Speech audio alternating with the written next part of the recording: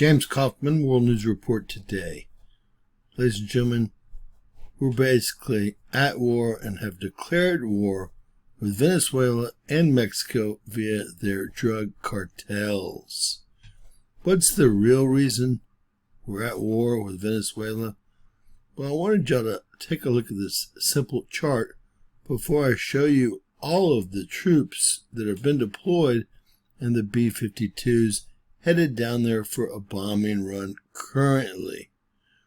It turns out that Venezuela has more proven reserves than any other country in the world. I'm talking about OPEC countries and non-OPEC countries. Turns out that Venezuela has over 300 billion barrels of reserves that are quote-unquote proven, while the U.S. has a measly 74 billion barrels proven. We're talking about changing the dynamics of the world.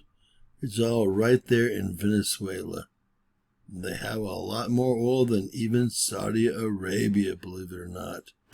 With that type of oil reserves, you can rule the markets and rule the world.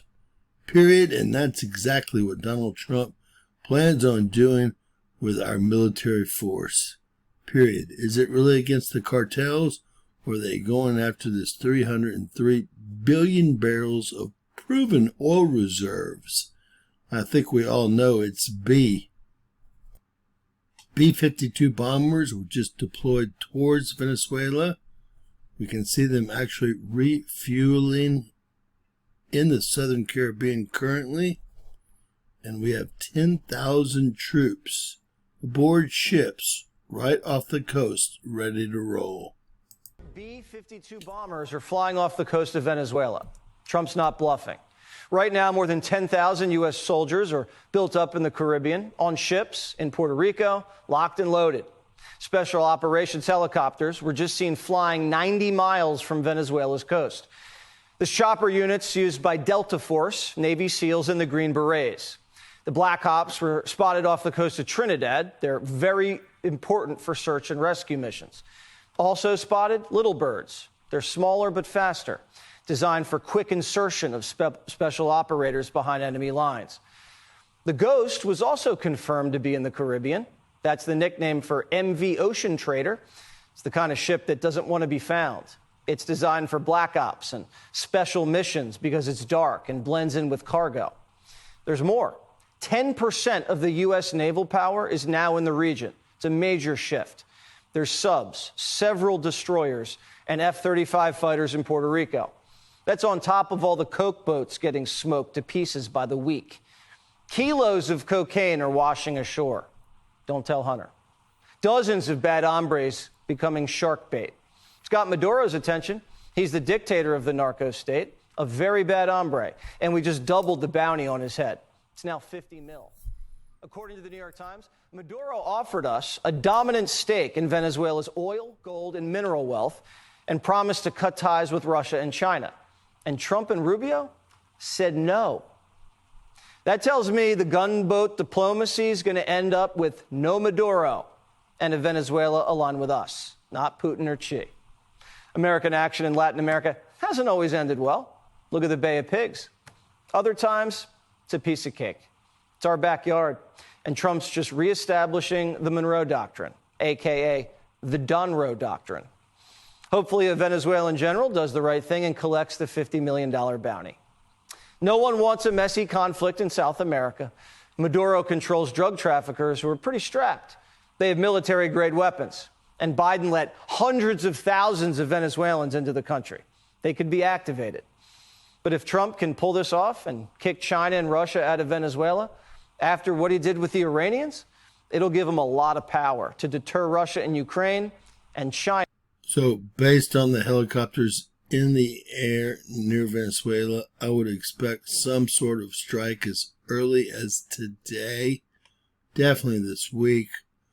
We're not playing around. Obviously, Any other country would have taken 50% of all the gold and 50% of all the oil to be produced over the next 100 years and, well, moved maybe a military base or 3 down there. But not Rubio and Trump. They want 100%, period.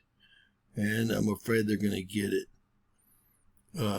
Like I said, we have a lot of military equipment down there, and I would expect some sort of operation to begin either today or very shortly within the area. Now, does that mean we'll soon be at war with Mexico and Colombia as well? Remember, the drug trade is not as big as the oil trade, but it's a very, very large trade. After investigation, we know that we've had drug cartel operatives from both Colombia and Mexico sneak into the Ukraine and join the Ukrainian Legion, seeking advanced drone training so that they can later deploy this training against America. That's right, folks. Security services of Ukraine launched a joint investigation with military intelligence after Mexico's National Intelligence Center warned in early summer that Mexican volunteers had joined Ukraine's foreign fighter units specifically to acquire first-person view drone capabilities. The probe has since expanded to include Colombian nationals, raising concerns about Ukraine's inadvertent role as a training ground for transnational criminal organizations. Now, what this tells us is they've been training with these drones, learning how to make them and operate them for several months, and could already be back in their respective countries. Would they also be targeting the U.S.? Most definitely. Could they take a $50 drone and attach C5 to it, as you see here, and have a real weapon on their hands? Most definitely. Most definitely. And what does that drug trade mean to them? Well, it means millions, tens of millions, if not more, dollars. So they're willing to do any and everything to keep it going, while the U.S. is specifically after those oil reserves, the largest in the world, proven reserves, right there in Venezuela. Unbelievable. So again, I would expect a U.S. conflict that starts out against Venezuela this week, and then I would expect cartels from both Colombia and Mexico, who probably have sleeper cells here in the U.S. already, to start attacks both inside the country and from outside our border here, most probably to the south. Buckle up, buttercups. It's about to get tough. It's all about the oil, right? And the drugs.